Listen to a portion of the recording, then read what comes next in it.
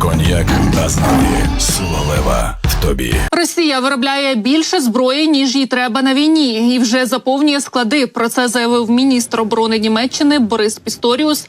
Глава Міноборони заявив, що зі збільшенням витрат на озброєння та становлення російської економіки на військові рейки значна частина того, що виробляється, більше не йде на фронт, а потрапляє прямо на склади.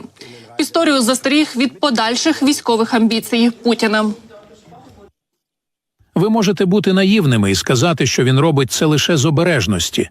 Як скептична людина, я б сказав у цьому випадку, що він робить це, тому що у нього є плани або принаймні можуть бути. Росія наклала вето на резолюцію Радбезу ООН, спрямовану проти розміщення ядерної зброї у космосі. Відповідну позицію на голосування винесли Японія та Сполучені Штати.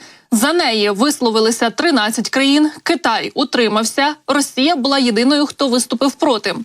У резолюції йшлося про те, що усі держави, особливо ті, які володіють значним космічним потенціалом, мають активно сприяти мирному використанню космічного простору і запобіганню гонитві озброєнь.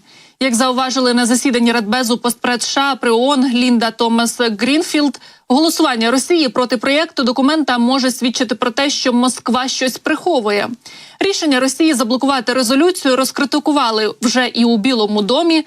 Радник президента США з питань нацбезпеки Саліван заявив, що Росія розробляє новий супутник, здатний нести ядерну зброю.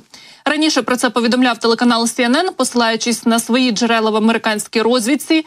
За їхніми даними, Москва працює над озброєнням, яке може вивести з ладу супутники за допомогою радіоактивної хвилі, яка виникає у разі ядерного удару. Президент України Володимир Зеленський зустрівся із канцлером казначейства Великої Британії Джеремі Гантом. Політики приділили особливу увагу саме санкційній політиці та необхідності розширювати обмежувальні заходи проти Росії та унеможливлювати обхід санкцій. Окремо президент Зеленський подякував за найбільший пакет оборонної допомоги від Великої Британії на суму у $500 мільярда стерлінгів. Про неї напередодні оголосив прем'єр країни Ріші Сунак. І я дуже вдячний за новий пакет допомоги. Сьогодні вранці я побачив деталі цього пакету. Я дякую, вдячний вам за цю військову допомогу від мене, від фінансового сектору України. Ми дуже вдячні за вашу допомогу, особливо за допомогу в нашому підтримку нашого бюджету, тому що війна у нас дуже велике, багато дійсно проблем.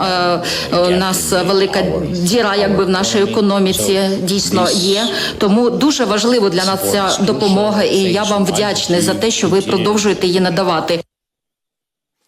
Україна та Португалія розпочали консультації з приводу укладення двосторонньої угоди у сфері безпеки. Про це повідомила прес-служба Офісу президента.